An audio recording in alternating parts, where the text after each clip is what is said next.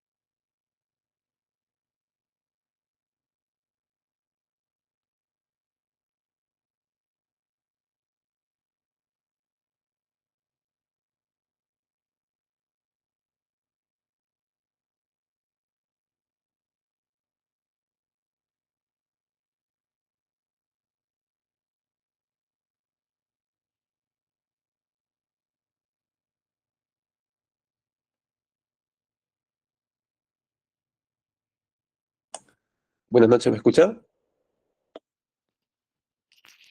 Sí, ahora sí. Continúa, Sí, por se favor. escucha. Ahí, gracias.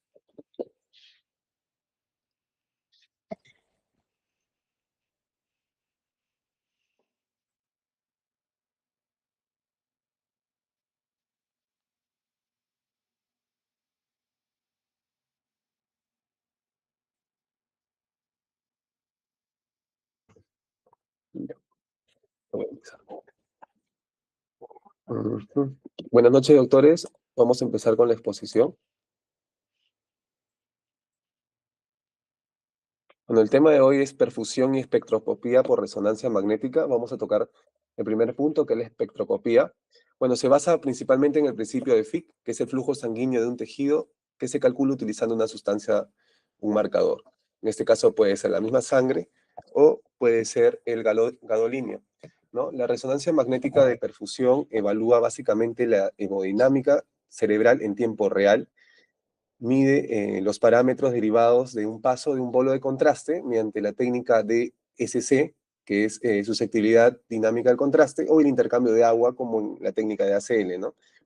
El objetivo principal de esta técnica de perfusión es valorar el flujo, el volumen y el tiempo de tránsito sanguíneo cerebral. Básicamente ese es su objetivo.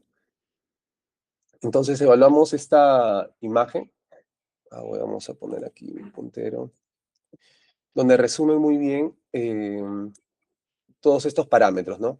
Tanto el tiempo al pico, el flujo sanguíneo cerebral, el volumen y el tiempo de tránsito medio. Para hacer un resumen práctico, el TTP mide retrasos de llegada. Entonces, bajo ese concepto, en tumores puede estar aumentado por alteraciones en el flujo vascular, o en isquemia puede estar aumentado, indica hipoperfusión o retraso de llegada.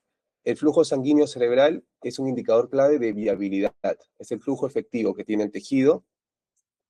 Y obviamente que en isquemia, el descenso marcado de un flujo sanguíneo cerebral menor entre 10 a 15 mililitros en 100 gramos por minuto de tejido suele ya indicar un tejido infartado. El volumen refleja lo que es la vascularización, y esto es muy importante en tumores. Y el otro, por último, es el tiempo de tránsito medio, lo que refleja la ineficiencia circulatoria, las áreas de hipoperfusión, ¿no? Va a medir básicamente el tiempo promedio que tarda la sangre en atravesar un volumen de tejido. Y esto se puede sacar con una fórmula matemática, que es el MTT es igual a lo que es el volumen entre el flujo, ¿no? Suele estar aumentado en zonas de hipoperfusión. Eso es básico que lo recuerden, porque al final hay un caso muy interesante aquí de nuestra institución, donde hablo básicamente de este parámetro. Entonces, ¿dónde se usa la perfusión? Se usa en ictus isquémico agudo. Nos sirve básicamente para ver y valorar la área de penumbra y si este paciente es candidato a una trombectomía. En tumores cerebrales, para ver si es una pseudoprogresión, si es un radionecrosis. Eh, También en enfermedades vasculares crónicas, como la enfermedad de Moyamoya, ¿no? Estenosis carotidia o intracraneal, para ver la hemodinámica del tejido, y entre otros como la epilepsia, demencias, encefalitis, y control de respuesta terapéutica, ¿no? Un informe neuroradiológico debería tener ciertos parámetros cuando usamos la perfusión, que viene a ser la metodología, qué técnica usamos, los parámetros principales, asimetrías hemisféricas o regiones con hipoperfusión o hiperperfusión, y la correlación con otras secuencias, ¿no? La difusión FLAIR, en ictus o T1 o T2, como en caso de tumores. En nuestra impresión diagnóstica tenemos que delimitar el área de penumbra o con la caracterización tumoral. Entonces podemos usar dos tipos de técnicas, ¿no? Podemos usar dos métodos de contraste, tanto el exógeno, como el gadolíneo, como el endógeno, ¿no? En el sin contraste tenemos a la técnica de ACL, ¿no? Que es bien conocido, y el otro en el contrastado que usamos aquí es en el T2 estrella, que es la susceptibilidad dinámica del contraste, y el T1, que básicamente mide lo que es la permeabilidad vascular. Vamos a tocar el primero de ellos, que es la susceptibilidad dinámica del contraste. Básicamente se basa que en el gadolínio es un medio de contraste paramagnético, como todos sabemos, y tiene como propiedad acortar los tiempos de relajación tanto en T1 y T2. Entonces, el T1 altera los campos magnéticos de los protones, lo que hace incrementar la señal, ¿no? Lo que se ve hiperseñal en secuencias T1 contrastadas. Y en T2 hay una perturbación de los protones de la sangre, como en el tejido nervioso que está alrededor, en los vasos sanguíneos, y es una curva invertida, ¿no? Eh, Ahora, esto es muy bueno, ¿por qué? Porque nos permite tener múltiples adquisiciones, tenemos una buena curva señal-tiempo y es más utilizada en la práctica clínica. Básicamente sirve para los pacientes con sospecha de ACV y esto tenemos que corroborar el mismatch, que es la difusión entre el tiempo de tránsito, el tiempo pico, ¿no? Entonces, básicamente se divide en dos, en los parámetros de cantidad y el parámetro de tiempo. En cuanto al primero, que es el volumen, y el flujo es el parámetro de cantidad, que lo usamos en tumores, y el tiempo es el time to peak, o el tiempo de tránsito medio, y el tiempo de tránsito medio que lo valoramos en procesos isquémicos, ¿no? Les voy a mostrar un caso interesante, que es un paciente de 75 años que viene por hemiparesia izquierda, ¿no? Se puede observar dos focos de restricción a la difusión lacunares, tanto en el lóbulo frontal derecho y en el brazo posterior de la cápsula interna. Este no se refleja en lo que es el FLAIR, ¿no? Hicieron una angio y observamos un defecto de opacificación en el segmento M1. Le hicimos perfusión y observamos que hay un incremento del tiempo de tránsito medio en el territorio de la arteria cerebral media y vemos que el flujo sanguíneo cerebral y el volumen están disminuidos. Bueno, le hicieron hacer una trombectomía a este paciente y ya lamentablemente en las imágenes tomográficas después ya el infarto se establece. Esto ya lo decía el mapa de perfusión, ya lo predecía, ¿no? Entonces sabemos que el flujo sanguíneo, como el volumen sanguíneo, mientras más pasa el tiempo, va a disminuir a la vasodilatación, que es la oligoemia benigna, como el área de penumbra, hasta el core. Mientras que el tiempo de tránsito medio va a ir aumentando, ¿no?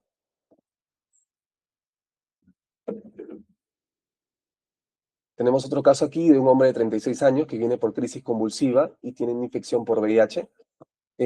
Cuando observamos la secuencia FLAIR y el T1 contrastado, vemos una lesión parasagital izquierda que compromete la sustancia gris y la sustancia blanca. Y en la tomografía vemos unas calcificaciones pleomórficas, ya sospechamos, tenemos una impresión diagnóstica que eso sea un oligodendroglioma. Entonces, le realizaron perfusión. En la perfusión, cuando son tumores, es más relevante el volumen sanguíneo cerebral porque valora la neovascularización de este, ¿no? Vemos el ROI tanto en el tejido, en el parénquima sano como en el parénquima enfermo, y observamos que tenemos una curva negativa, ¿no? Una marcada curva negativa porque estamos en T2 estrella, ¿no? Como les había mencionado al inicio. Vemos en la espectroscopía, que es una espectroscopía en multivoxel, y vemos un pico de colina marcado y una caída de la N-acetilaspartato y del mioinositol, ¿no? Para los efectos de glioma nos habla de un rango mayor de malignidad, con una sospecha de oligodendroglioma anaplásico. El otro punto que lo vamos a detallar poco, que es el raster dinámico del contraste, se usa básicamente en T1, en gadolíneo, y valoramos básicamente lo que es la permeabilidad vascular. Su principio básico es el bolo rápido de gadolíneo, tenemos efecto de acortamiento en T1 del gadolinio, aumento de señal en T1, vemos la perfusión tisular, la permeabilidad vascular y el espacio extravascular, extracelular. Básicamente esto cuantifica la fuga dinámica del contraste en el tejido, ¿no? Esto valoramos en un parámetro que se llama K-trans, lo que evalúa la permeabilidad capilar. Sabemos que en las bolas de color blanco son el gadolinio, vemos cómo traspasa las membranas en ciertos tipos de tumores, eh, hay ensanchamiento, hay un aumento de la permeabilidad vascular y permite la fuga del contraste en el espacio extracelular, extravascular. Otro punto importante de la perfusión es, bueno, evaluación de la perfusión en metástasis, ¿no? Acá les muestro varias secuencias. Es otro caso donde vemos una pequeña lesión nodular en la región occipital derecha, de ubicación córtico-subcortical, y tiene un marcado edema vasogénico adyacente. Entonces, vemos que este nódulo presenta un realce intenso de la sustancia de contraste, tiene una alta permeabilidad, ¿no? Lo que lo hablaremos en el K-trans, y también, si vemos en el volumen sanguíneo cerebral, está aumentado. Entonces, si observamos bien las curvas, vemos signos de vascularidad de moderada a alta en el área de la lesión en la curva de perfusión, donde el nódulo mostró una señal descendente, lo que indica la flecha morada, cuando se inyectó el contraste. Si vemos bien este mapa de volumen sanguíneo cerebral, aún así, como en el caso anterior, la perfusión también ayudó a diferenciar esta lesión de los tumores primarios, ¿no? Mediante el análisis de la perfusión perilesional, donde señalan las flechas amarillas. Por lo general, la metástasis en el sistema nervioso central se presentan como lesiones nodulares corticales con bastante edema, ¿no? Con un edema desproporcionado. Por lo tanto, en el análisis del territorio vascular adyacente a la metástasis puede ayudar a identificar el edema, ya que se presenta con perfusión baja en comparación con el territorio vascular contralateral, donde muestran las flechas amarillas, mientras que en tumores primarios con infiltración perilesional la perfusión puede estar aumentada, ¿no? Vemos otro caso aquí, este es un tumor de fosa posterior, un paciente de 32 años, una lesión sólido-quística en la fosa posterior. Vemos como las primeras hipótesis que pueden ser dos cosas, ¿no? Tanto un hemangioblastoma o una metástasis, ¿no? Bueno, vemos que el componente sólido de la lesión realza heterogéneamente la sustancia de contraste, muestra signos de restricción a la difusión, ¿no? Y tiene una perfusión baja en el mapa de volumen sanguíneo cerebral. Ahora, este último hallazgo es muy importante porque ayuda a inferir que se trataba de una metástasis de baja vascularidad, ya que el hemangioblastoma suele presentar valores altos en el volumen de sanguíneo cerebral. Y la cirugía confirmó esta hipótesis. Otra patología que nos ayuda bastante la perfusión es en las encefalitis autoinmune. Obviamente que esto va de mano con la clínica, ¿no? Vemos en estas imágenes que hay un engrosamiento cortical con hiperseñal en T2 y en FLAIR. Esta se ubica a nivel del hipocampo izquierdo y se extiende a través del cuerpo calloso, lo que muestran las flechas verdes, ¿no? Ahora, esta imagen no muestra restricción a la difusión, no muestra alteraciones en la perfusión, en los mapas de volumen sanguíneo cerebral, y el paciente como clínica principal presenta deterioro de la memoria anterógrada asociado a un trastorno en la conducta. Entonces, estos hallazgos radiológicos y clínicos indicaron una alta sospecha de una encefalitis límbica autoinmune. Acá como punto clave les pongo que la perfusión baja ayudó a distinguir de lesiones con neoangiogénesis, ¿no? Como algunos tumores gliales. Obviamente que la perfusión ayuda un montón para lo que son lesiones isquémicas. En este primer caso que les pongo, vemos que el famoso mismatch entre la difusión y la perfusión. Vemos pequeños focos de restricción a la difusión en la protuberancia a nivel del puente, compatible con lesiones isquémicas. En el mapa en el MTT, en el mapa de tránsito medio, muestra un área de alto riesgo vascular, que es esta zona de acá, más prominente que lo detectado en la difusión, ¿no? Aquí en el TOF demuestra una ausencia parcial del flujo vascular en la circulación posterior, lo que indica una trombosis basilar, ¿no? Ya la alteración de la perfusión cambió el tratamiento y el pronóstico de este paciente, por ejemplo. En el otro caso, vemos una ausencia de mismatch, difusión y perfusión. Entonces, en este caso, observamos un pequeño foco de restricción a la difusión en la corteza perirrolándica derecha, con hiperseñal en FLAIR, ¿no? Si hay hiperseñal, ya sabemos que lo que indica que este paciente tiene más de 6 horas desde el inicio de los síntomas. Y en el mapa de tránsito medio, el tiempo de tránsito medio estaba prolongado en la misma zona, ¿no? Eh, en la misma zona de la isquemia detectada. Por lo tanto, se trató de un ictus isquémico sin penumbra isquémica y este hallazgo tiene ya implicaciones terapéuticas. Otro caso más, eh, el objetivo de la perfusión es detectar la penumbra isquémica, ¿no? Vemos bueno, este caso es un paciente varón de 61 años con alta sospecha de ACV. En la tomografía, eh, en la angiotomo, muestra un trombo en el segmento M2 de la arteria cerebral media derecha, ¿no? En el mapa de volumen sanguíneo cerebral evidencia una perfusión baja en el núcleo isquémico, ¿no? Correspondiendo al área de difusión restringida, ¿no? Donde muestran las flechas amarillas.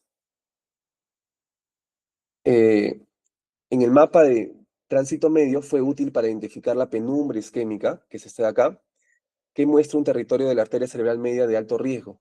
Y sabemos que tiene una área de penumbra y este paciente fue candidato para una trombectomía. En el segundo punto que vamos a tocar es la espectroscopía. Bueno, antes conocida como la biopsia virtual, y es una técnica que permite evaluar la composición bioquímica del cerebro o un proceso patológico particular como los tumores, ¿no? Se basa en la concentración de los metabolitos que encontramos en el cerebro. Entonces, hay varios metabolitos, ¿no? Dentro de los más principales, los más importantes, encontramos al N-acetilaspartato, que es un marcador de viabilidad neuronal. Está disminuido en stroke, en tumores, en epilepsias, en esclerosis múltiple. Sabemos que no es nada específico. Y encontramos también a la colina, refleja una síntesis y degradación de las membranas celulares. Encontramos a creatina, es el marcador más estable, es el marcador indirecto de la reserva metabólica, está disminuida en tumores, y también encontramos al lactato, que aparece en hipoxia, en tumores de alto grado, en abscesos, el mioinositol, que es un marcador glial.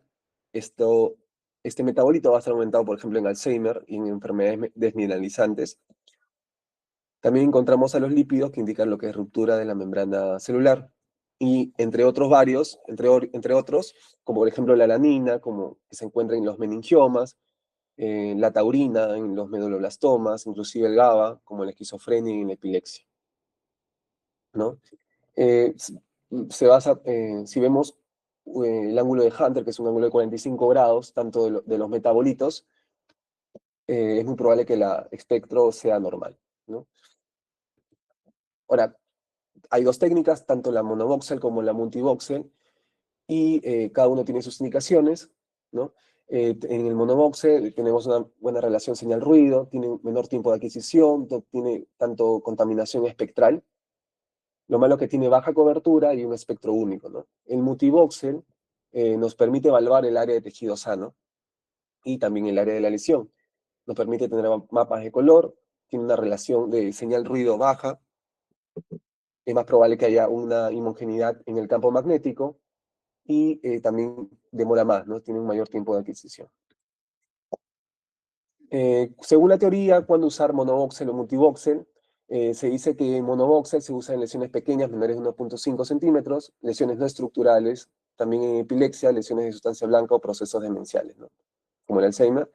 Y el multivoxel son lesiones de mayor tamaño, lesiones celulares ocupantes de espacio, básicamente, como los tumores, las metástasis y hasta los abscesos.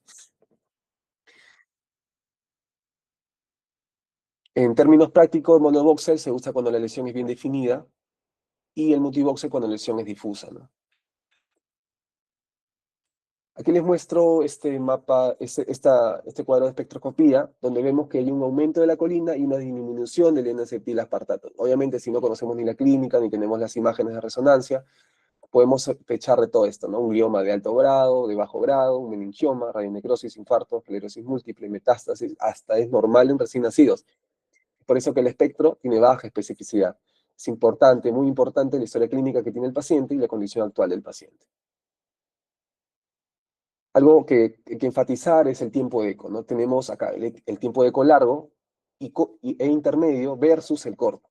Entonces, el tiempo de eco, vamos a hablar de intermedio, vemos el N-acetilaspartato, la colina, la creatina y el lactato. Mientras que en tiempo de eco corto no da más metabolitos, se usa por ejemplo, en pacientes con Alzheimer, y acá tenemos el glutamato, la glutamina, el GABA, el mioinositol, la alanina, entre otros, ¿no? Los lípidos también se encuentran acá. Ahora, ¿cómo sé cuándo en una curva de espectroscopía es un eco intermedio, un eco corto? Acá, ¿cómo les pongo? En este caso, por ejemplo, obviamente que acá tenemos el tiempo de eco corto, lo podemos saber, pero si es que no nos dan o solamente nos da la imagen, podemos sospechar que esta curva es de un eco intermedio porque vemos el pico de lactato inverso, ¿no? Si vemos un pico de lactato, es un eco intermedio. Vemos en este ejemplo, por ejemplo, la utilidad de espectroscopía en gliomas. Vemos esta lesión de alta señal en secuencia FLAIR, ¿no? Y le hicimos una técnica de monovoxel a la lesión y encontramos una alteración de los metabolitos. Encontramos un N-acetil-aspartato disminuido, totalmente disminuido, y un pico de colina, bien elevado. Bueno, nos hace sospechar de una neoplasia de tipo glial, ¿no? Y la elevación también del lactato como un signo indirecto de alto grado, ¿no? Ahora, tenemos que observar que la relación de N-acetil-aspartato con la creatinina tiene que estar baja y la colina y la creatina elevada, ¿no? Esto va de la mano si es que el tumor presenta necrosis, ¿no? Se dice teóricamente que si hay una relación máxima de colina con N-acetil-aspartato mayor a 2.2 o el doble de su valor, son para tumores de alto grado. Entonces, para tumores de grado 3 y grado 4. Bueno, esto se usaba antes de la clasificación, durante la clasificación del 2016, ahora que la nueva clasificación del 2021, donde ya deja prácticamente de lado la espectroscopía, ¿no? Ahora, tenemos que hacer un énfasis en la correcta interpretación de la imagen. Vemos acá una lesión de alta señal, donde le ponen el monovoxel, donde vemos la relación entre colina y N-acetil-aspartato de 0.98, que es normal, pero el voxel está mal colocado, ¿no? Esto va a generar un artefacto de volumen parcial y se puede mejorar posicionando adecuadamente. Entonces hay que fijarnos dónde está el voxel. Entonces, como tips, evitar la proximidad del voxel al aire, al sangre, al hueso, a la grasa, a las calcificaciones y a las áreas de necrosis, ¿no? Otro punto importante, si el área de interés es en la fosa posterior, hay que preferir la espectroscopía de un solo voxel. Entonces, a este paciente se le reubicó el voxel y vemos que aumentó la relación a 2, ¿no? Otra cosa importante en, en las técnicas de espectroscopía, en este caso es un multivoxel, donde vemos una lesión de alta señal, lo comparamos el tejido enfermo con el tejido sano, ¿no? Donde podemos observar la elevación de la colina y disminución del N-acetil-aspartato, lo que podría corresponder a una lesión tumoral de alto grado, ¿no?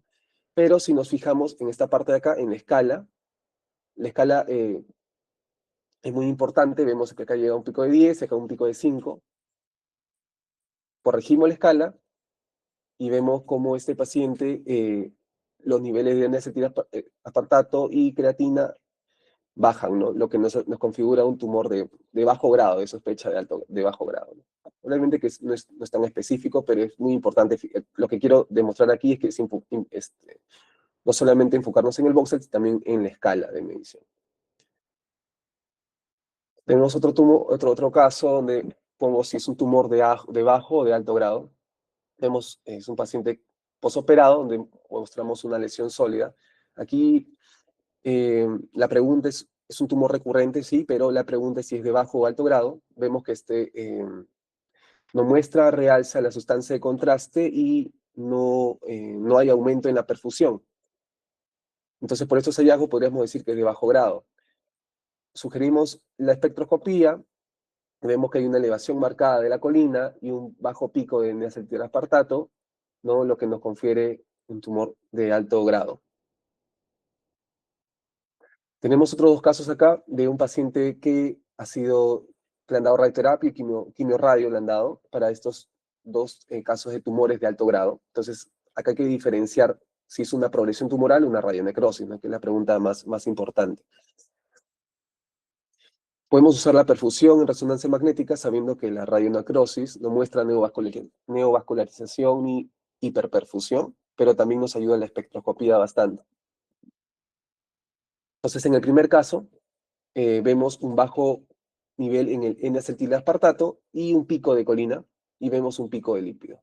Entonces, es un tumor, ya es una lesión de alto grado, es una progresión tumoral.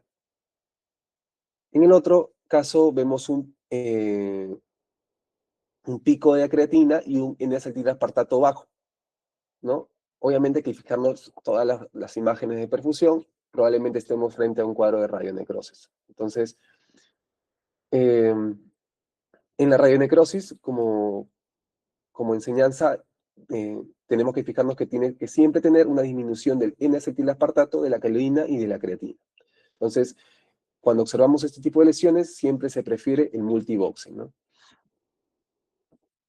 Otro uso de la espectroscopía es en enfermedades demenciales hasta encefalopatías, ¿no? En el primero, donde colocar a un paciente con sospecha de una enfermedad demencial, siempre el voxel se coloca en la porción posterior del giro del cíngulo, ¿no? Y acá es clave la interpretación, donde mostramos un pico bajo de N-acetilaspartato y un pico alto de mioinositol, ¿no?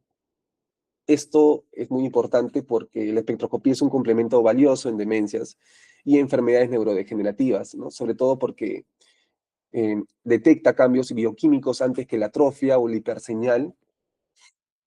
En Alzheimer, el hallazgo clave, como le había dicho, es el mioinositol elevado y el N-acetilaspartato reducido, ¿no?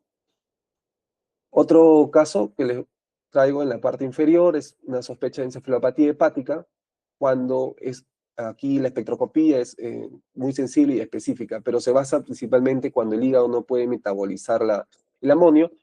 En el sistema nervioso central se convierte en glutamina y glutamato y eso es lo que refleja la espectroscopía. En este caso se hizo una espectroscopía en monovoxel y para observar estos metabolitos tenemos que usar un tiempo de eco corto, ¿no? Otro caso importante es en la epilepsia, ¿no? También usamos una técnica de monovoxel y se usa en los hipocampos, ¿no? Eh, Se sabe que después de una crisis epiléptica el lactato puede estar elevado hasta 6 horas, ¿no?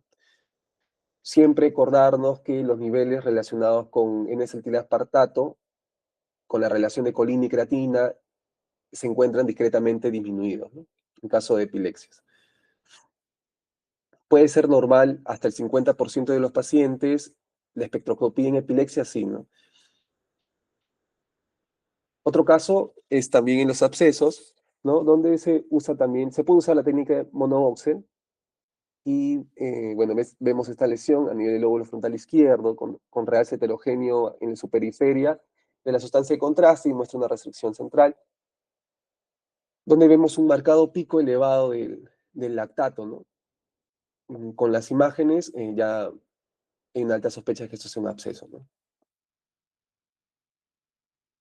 Otros casos es en los cambios post-RT, ¿no? Los cambios por radioterapia, es un paciente con un tumor glial de alto grado, después de 12 meses le piden una resonancia, le dieron radioterapia y vemos en el lóbulo frontal izquierdo se observa una lesión que realza en sus bordes a la sustancia de contraste, con leve edema perilesional, y vemos el CAT-TRANS, muestra una permeabilidad capilar reducida en comparación a la parte de la corteza del mismo, y vemos que en el volumen sanguíneo cerebral muestra un volumen sanguíneo cerebral relativo reducido, ¿no?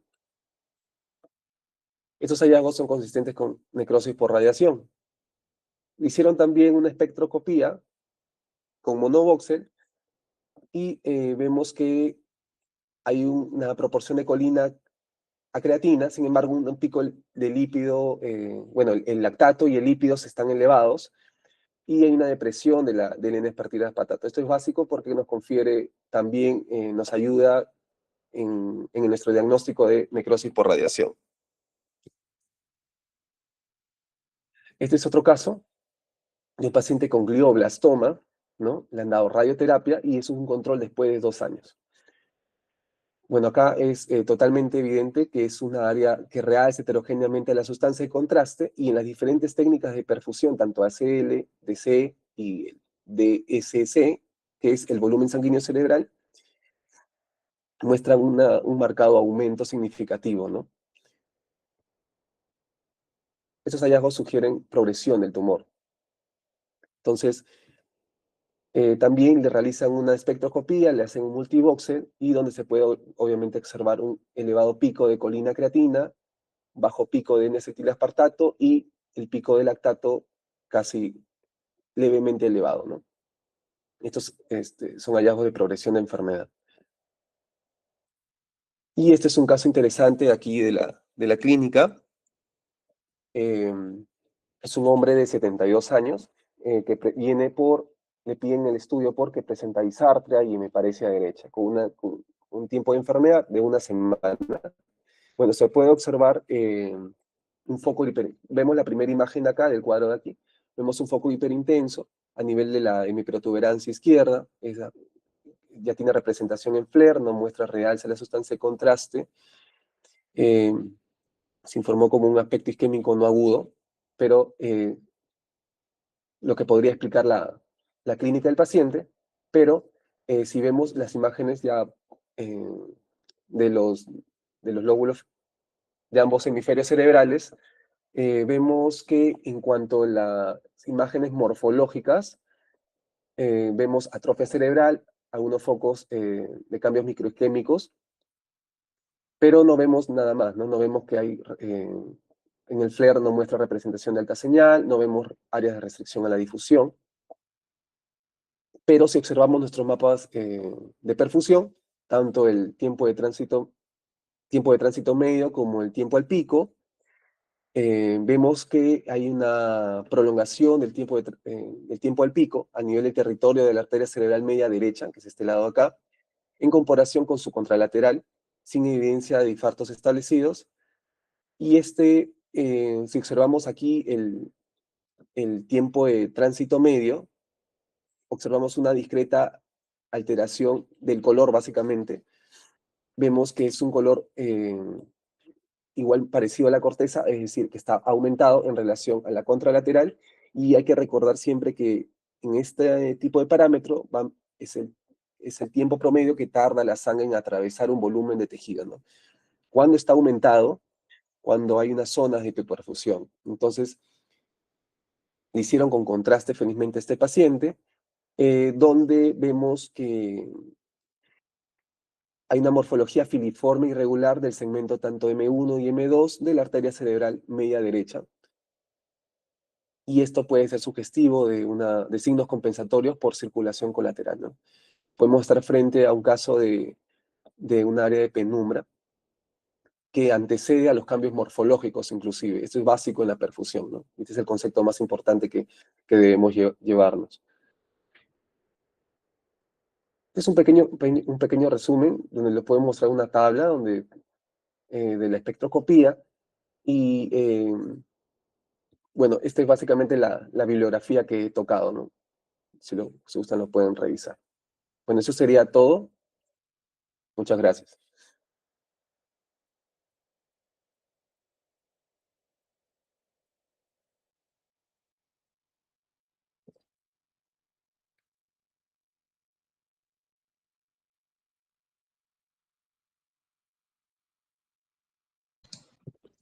Buenas Muy noches. bien, muy bien, Marcelo. No sé si tienen preguntas de las personas o también un aporte me parece que vi entrar a Hazel, vi entrar a Evelyn, si quieren aportar algo más a la exposición.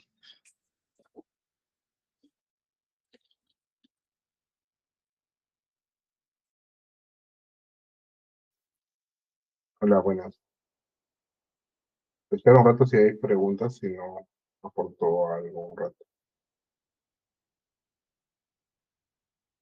se me escucha, ¿no?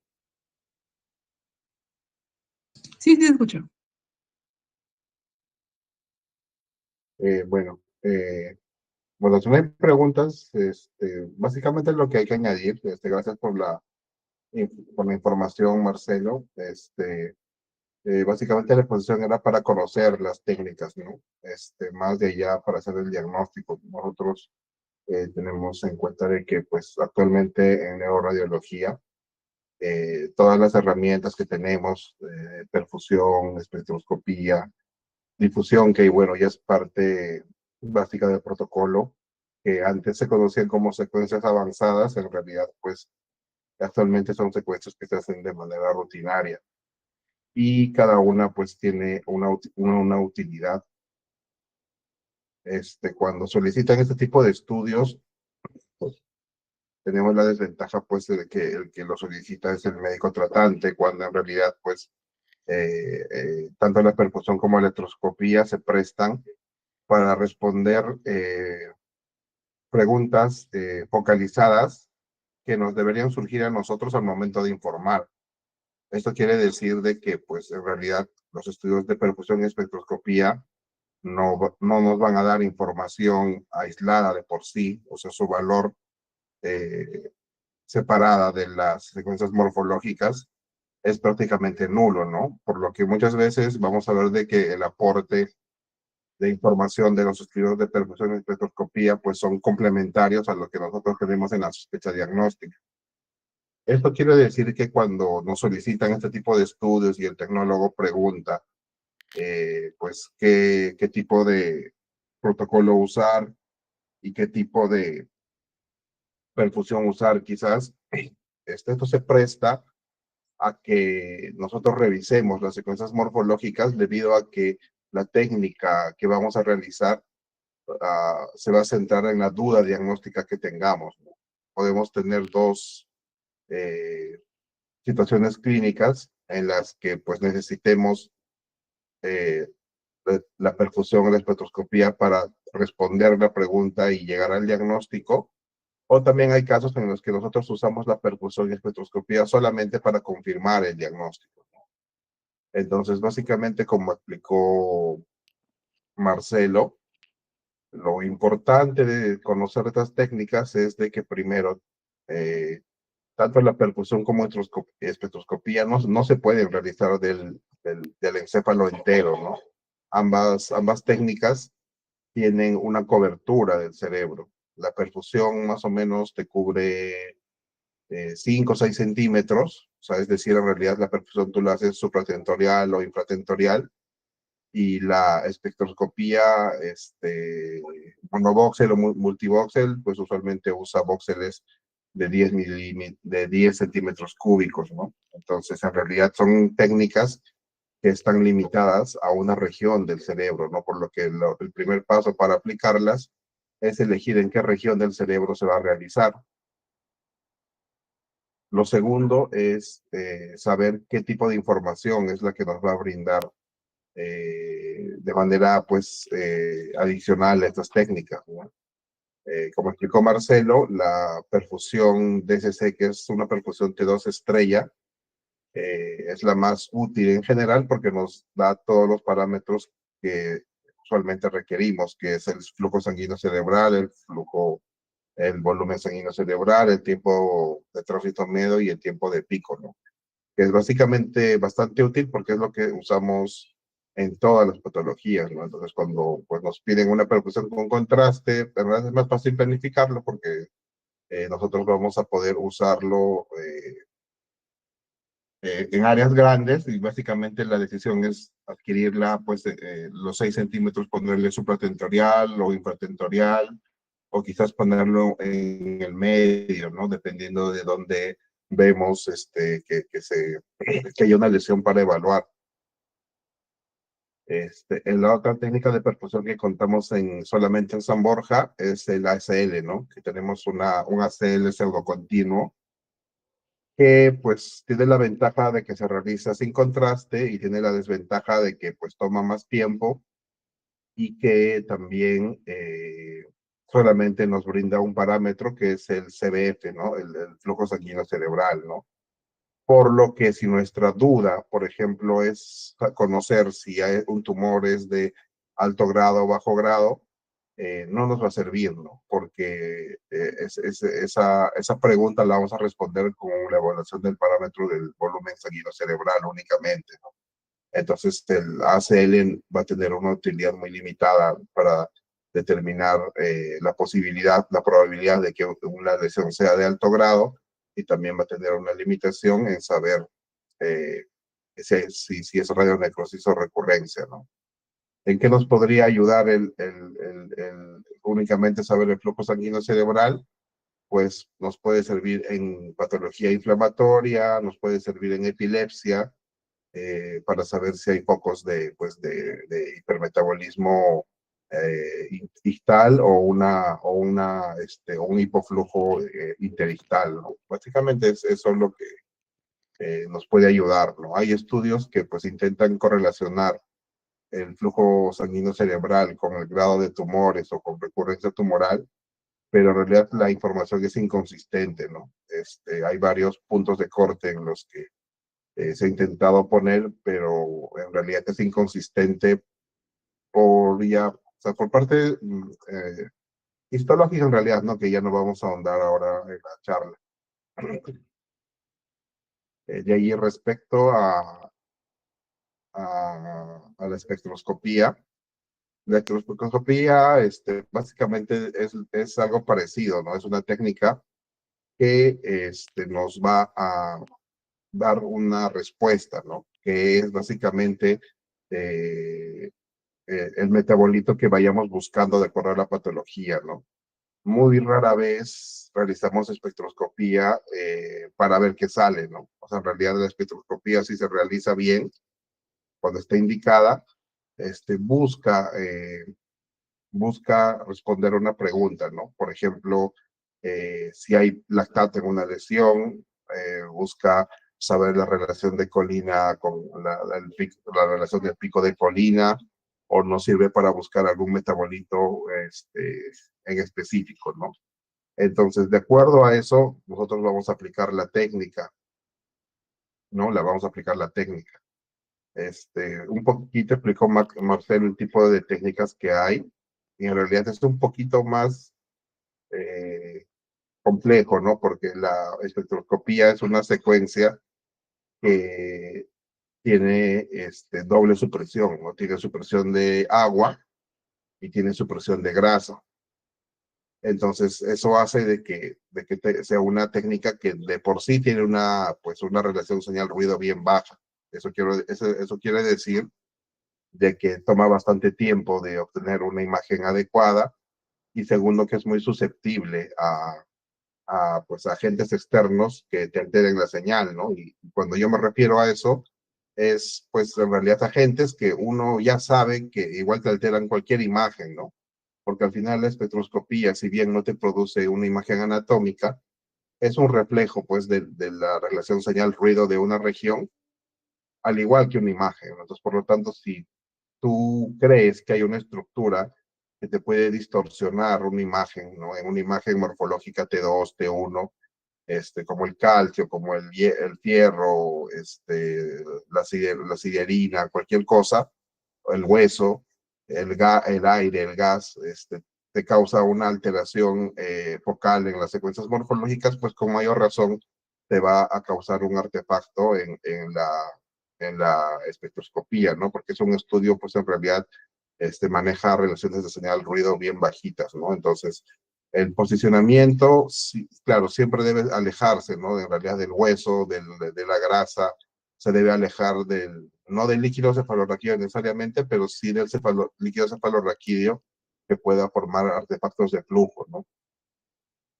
Y de allí, en la segunda parte, en base, qué tiempo de eco vas a utilizar, eso depende mucho, ¿no? De la pregunta clínica que quieras averiguar, ¿no?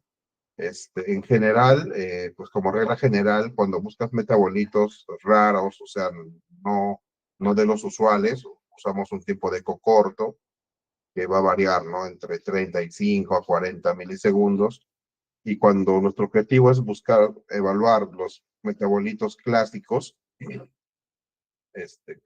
creatina, colina y N-acetilaspartato, pues vamos a usar técnicas que tengan mayor relación señal-ruido, ¿no? Entonces vamos a usar tiempos de eco intermedio y pues algunas veces largo, pero demora mucho, ¿no? Entonces usualmente cuando queremos medir la relación de colina vamos a preferir un tiempo de eco intermedio. Respecto a la técnica, si vamos a usar monovoxel o multivoxel, en realidad uno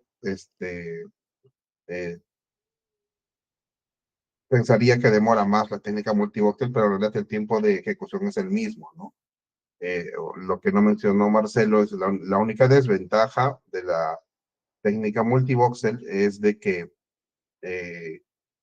pues como es una técnica que adquiere varios voxeles al mismo tiempo, la relación señal-ruido va a ser más baja, ¿no? Entonces, una técnica multivoxel no va a ser ideal cuando usemos tiempos de eco cortos, en los que nosotros queremos ver metabolitos pequeños, porque nosotros hacemos una técnica multivoxel por varias situaciones técnicas, vamos a tener mucho más ruido independientemente de qué tan buena sea la región y qué tan bien se haga el shimming, ¿no? Que es colocar las bandas de saturación, ¿no? Entonces, usualmente, cuando usamos técnicas multivoxel, es usualmente para utilizar tiempo de eco intermedio, ¿no?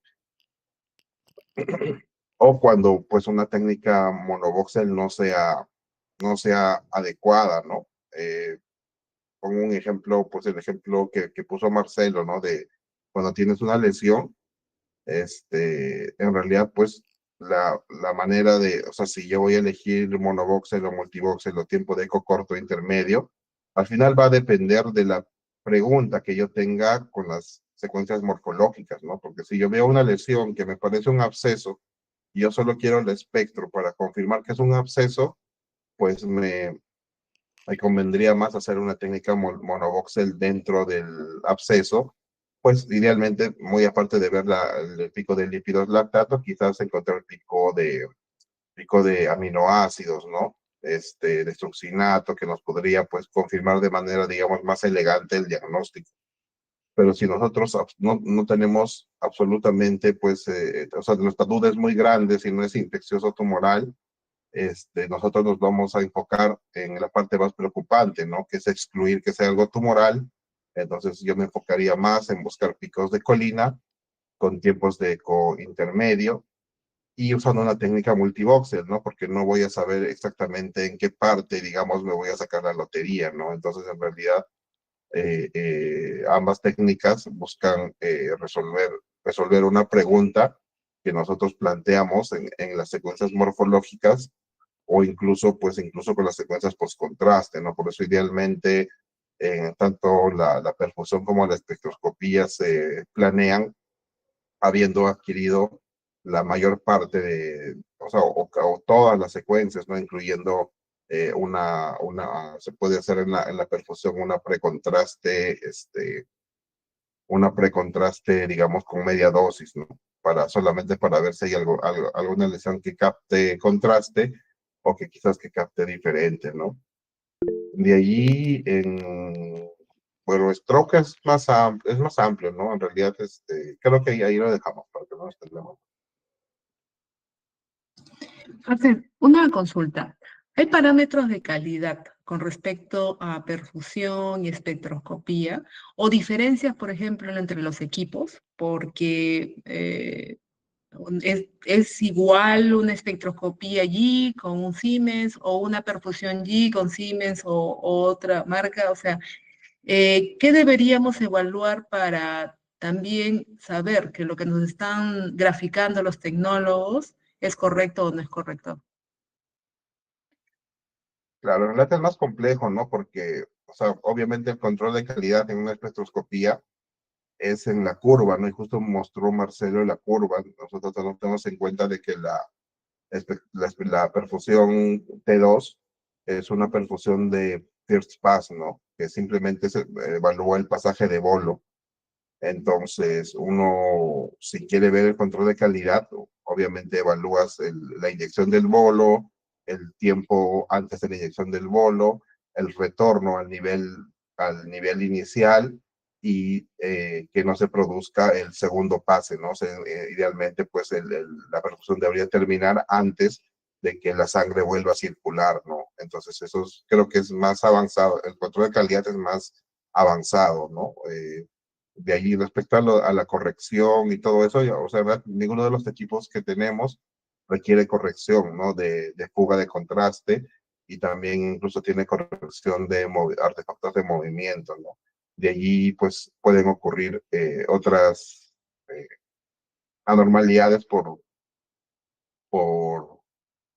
la parte hemodinámica del paciente, que tenga una estenosis de alguna carótida, digamos, que tenga disección de algún vaso, que tenga, pues, alguna variante anatómica que altere el flujo.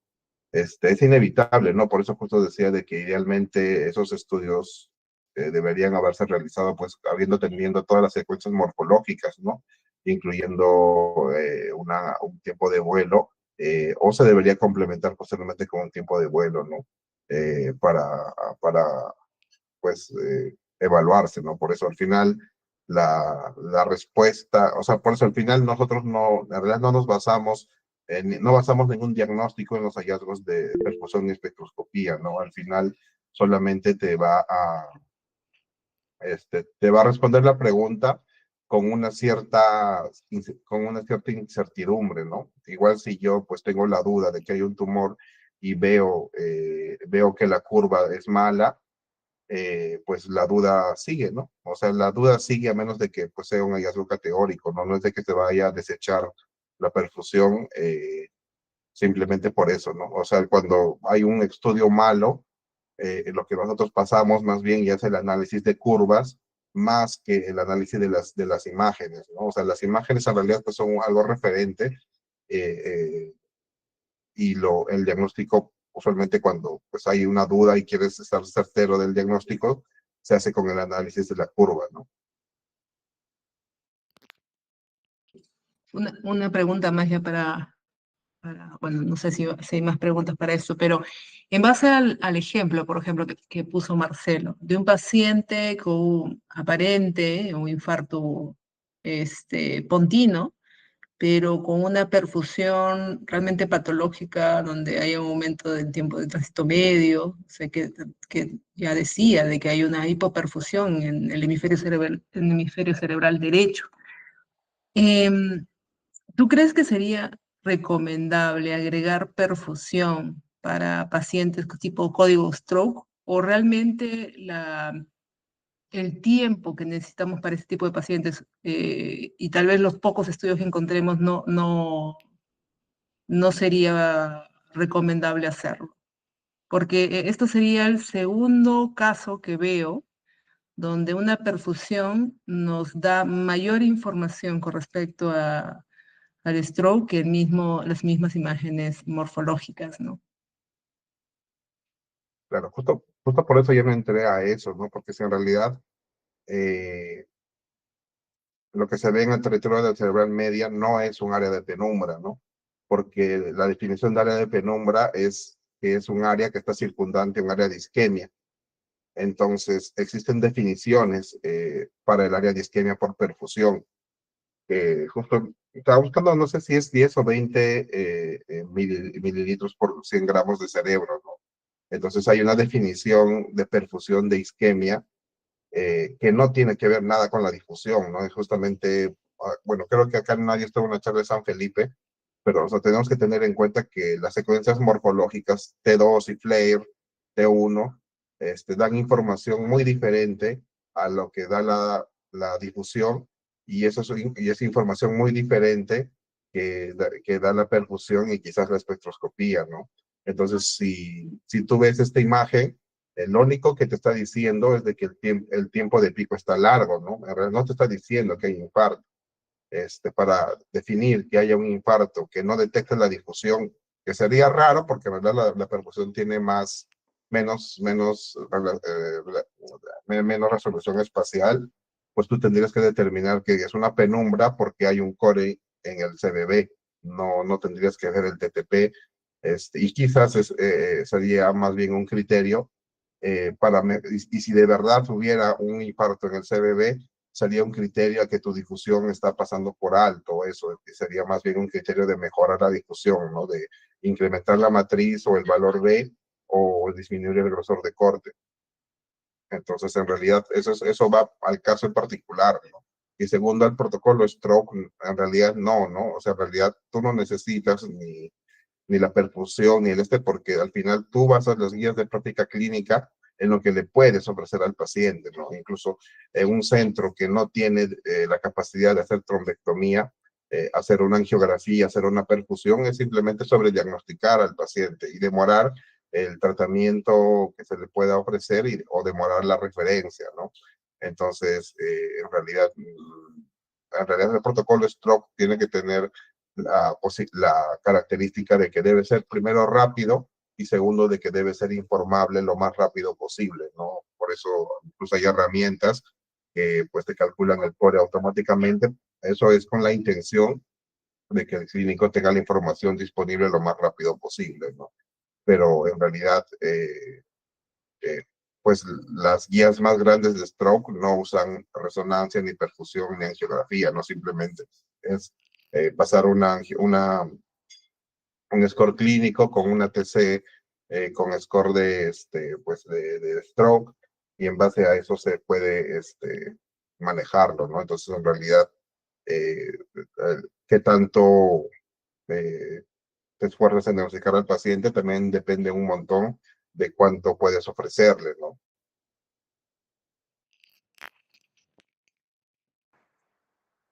Listo, muchísimas gracias, Hazel, muchísimas gracias, Buenas noches. Marcelo. Buenas noches. Hola. Uy, Buenas noches a todos. Sí, ¿qué tal? Disculpen, felicitaciones a Marcelo. Quería hacer una consulta. Un caso, bueno, que me tocó en particular. Paciente, descartar proceso expansivo, complementar con perfusión y espectroscopía. Vemos la resonancia y no tiene nada.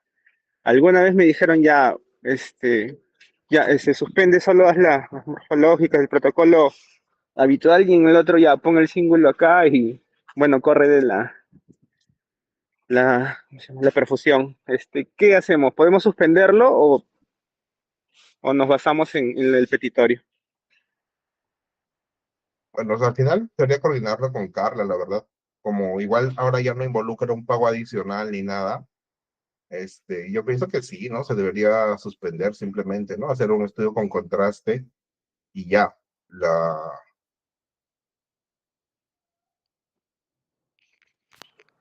Ay, perfecto, gracias por la aclaración. Hola, hola, ¿me escuchan? Hola, hola. Jonathan, no se te escucha.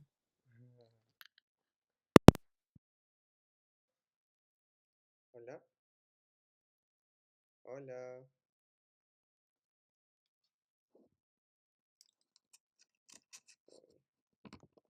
Hola, hola.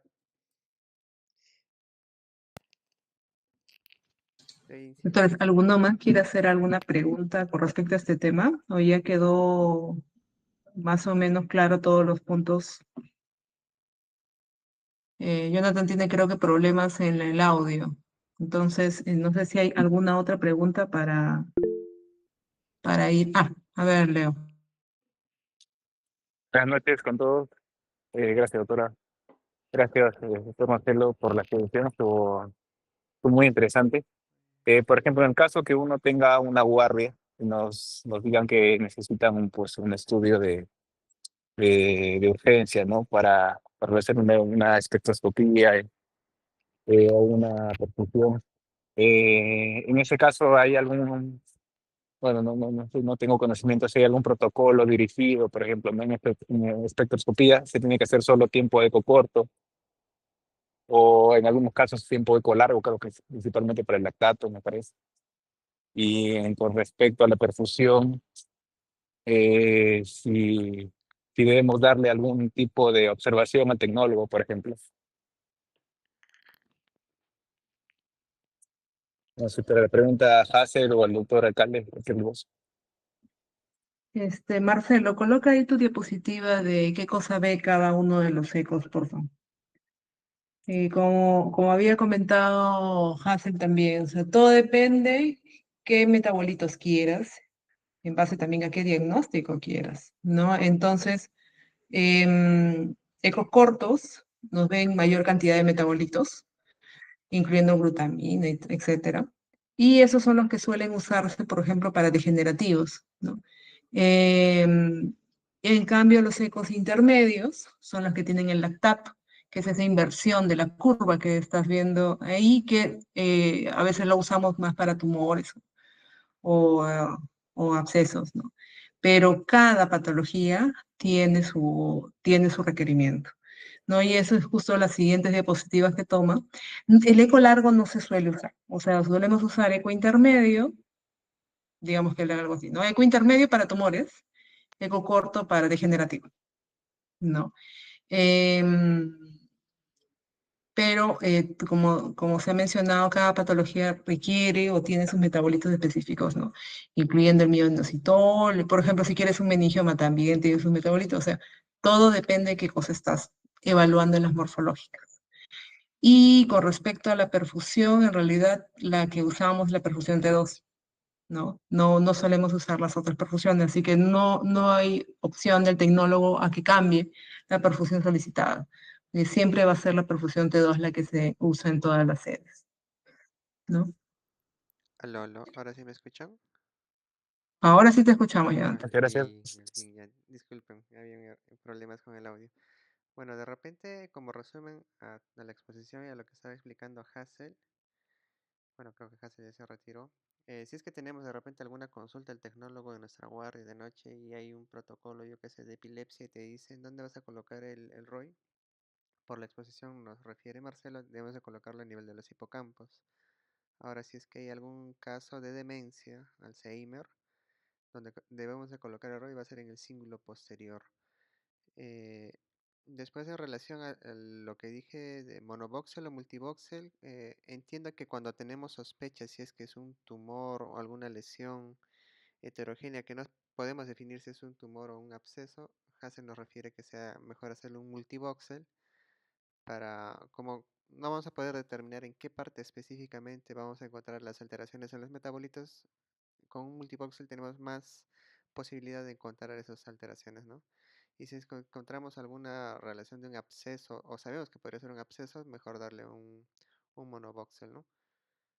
Mm, Creo que ese sería Hay un diagnóstico más, creo que es Parkinson. En el Parkinson también el box se lo tienes que colocar en ganglios basales.